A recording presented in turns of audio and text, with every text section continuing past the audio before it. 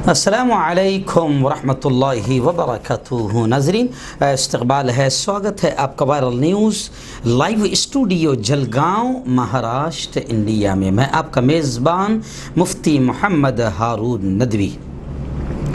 آئیے پیارے ملک بھارت کی بہت ہی خاص بڑی 10 اہم خبروں پر نظر ڈالتے ہیں، لیکن سب سے پہلے میں اپیل کروں گا کہ جو ساتھی نئے ہیں وہ اس چینل سے جڑ جائیں۔ اس کا طریقہ یہ ہے کہ نیچے لال کلر میں سبسکرائب لکھا ہوگا، اسے ٹچ کر دیں، وہ سفید ہو جائے گا۔ اس کے سفید ہوتے ہی رائٹ سائڈ میں ایک بیل، ایک گھنٹی بن کر آئے گی، اس کو بھی ٹچ کر دیں، اور گھنٹی کے ٹچ کرنے کے بعد میں 3 آپشن آئیں گے، جس میں پہلا آپشن آل کا رہے گا، اسے بھی ٹچ کر دیں۔ یہ تینوں کام کرنے سے یہ ہوگا کہ آپ ہمارے اس چینل سے جڑ جائیں گے، ہماری ہر خبر، ہر ویڈیو آپ کو آپ کے موبائل پر مل جایا کرے گی۔ جی ہاں ناظرین، ایسی ہی ہم ہر روز اپیل کرتے ہیں کہ پلیز یہ چینل ایک پرائیویٹ چینل ہے اور بڑی ٹیم کام کرتی ہے اور بڑا روپیہ پیسہ خرچ ہوتا ہے، اس لیے ہم آپ سے ہر روز اپیل کرتے ہیں کہ پلیز اپنی طاقت کے اعتبار سے اللہ نے جو بھی آپ کو دیا ہے، ہر ہفتے چینل کی 200، 500، 1000 روپے آپ فائنینشیل ہیلپ، مالی مدد ضرور کریں۔ اسکرین پر آپ نظر دوڑائیں، اسکرین پر ہمارے چینل کا بینک اکاؤنٹ نمبر، ایسے ہی گوگل پے، فون پے اور پے ٹی ایم نمبر بھی دیا گیا ہے۔ جیسے بھی ہو سکتا ہے آپ آن لائن یا بینک تھرو آپ چینل کی مالی مدد ضرور کریں۔ اور ہاں ناظرین، آج جمعہ کا دن ہے اور آج رات میں 9:30 بجے انڈین ٹائم کے اعتبار سے، بھارت کے وقت کے اعتبار سے آج رات میں 9:30 بجے انشاءاللہ بہت اہم عنوان پر، کیونکہ آج 8 محرم ہے، اس لیے واقعہ کربلا اور شہادت حسین کا پیغام کیا ہے امت کو، اور آج کے دور میں ہمیں حسین کی شہادت کیا سبق دیتی ہے، کیا پیغام دیتی ہے، کیا میسیج دیتی ہے، بڑا اہم بیان آج لائیو بیان ہوگا رات میں 9:30 بجے۔ آپ اپنی فیملی کے ساتھ جڑ جائیں، رات میں بیان دیکھیں اور اپنے دوستوں کو بھی اس کی لنک شیئر کریں۔ ناظرین، اس وقت پہلی اور بڑی خبر جو میری نگاہوں کے سامنے آئی ہے، جلوس محرم کو لے کر آئی ہے۔ بامبے ہائی کورٹ کی حکومت مہاراشٹر کو ہدایت جاری ہوئی ہے کہ جلوس محرم کی اجازت پر غور کیا جائے، اور جب گنیش چترتھی کی محدود پیمانے پر اجازت دی جا سکتی ہے تو محرم کے جلوس پر پابندی کیوں؟ ادارہ تحفظ حسینیت کے وکلاء نے استدلال کیا، دلیل دی۔ آج 11 بجے بامبے ہائی کورٹ میں جلوس محرم کی اجازت پر دوبارہ سماعت ہے، اور اب یہ کہا جا رہا ہے اور ساری دنیا دیکھ رہی ہے کہ بھیا جب مہاراشٹر کی سرکار یا بھارت کی سرکار ہندو بھائیوں کے تہواروں پر مہربان ہیں اور محدود پیمانے اور محدود طور پر اور یہ ڈسٹنسنگ کے ساتھ اور یہ اصولوں پر عمل کرنے کے ساتھ میں اس کی اجازت دی جا رہی ہے، اس کی اجازت دی جا رہی ہے، ایودھیا میں سینکڑوں منتری جمع ہو رہے ہیں، ابھی گنیش چترتھی کی محدود پیمانے پر اجازت دی جا رہی ہے، تو اب بات یہ اٹھ رہی ہے کہ جب یہ سب کیا جا رہا ہے تو آخر مسلمان نے کیا بگاڑا ہے؟ مسلمانوں کی عید، مسلمانوں کی بقرعید ایسی چلے گئی، تو اب یہ کہا جا رہا ہے کہ جلوس محرم کی اجازت دی جائے۔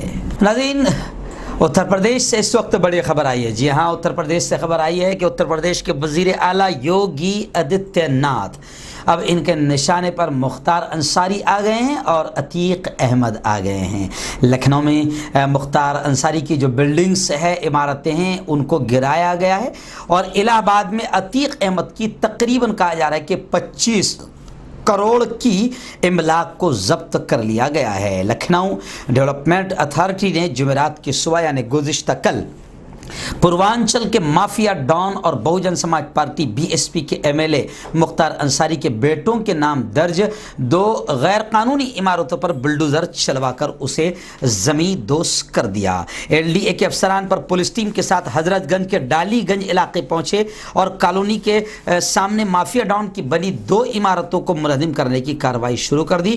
موقع پر موجود افسران نے بتایا کہ انہدام کی نوٹس 11 اگست کو جاری کی گئی تھی۔ ایسے ہی مئو صدر کے رکن اسمبلی مختار انصاری کی غیر قانونی ملکیت پر حکومت کی کافی باریک نظریں ہیں۔ اس سے پہلے وارانسی، مئو اور غازی پور میں BSP لیڈر کے ناجائز قبضوں پر کارروائی کی جا چکی ہے، اور آپ کو معلوم ہے کہ اس وقت BSP کے یہ رکن اسمبلی فی الحال پنجاب کی ایک جیل میں قید ہیں۔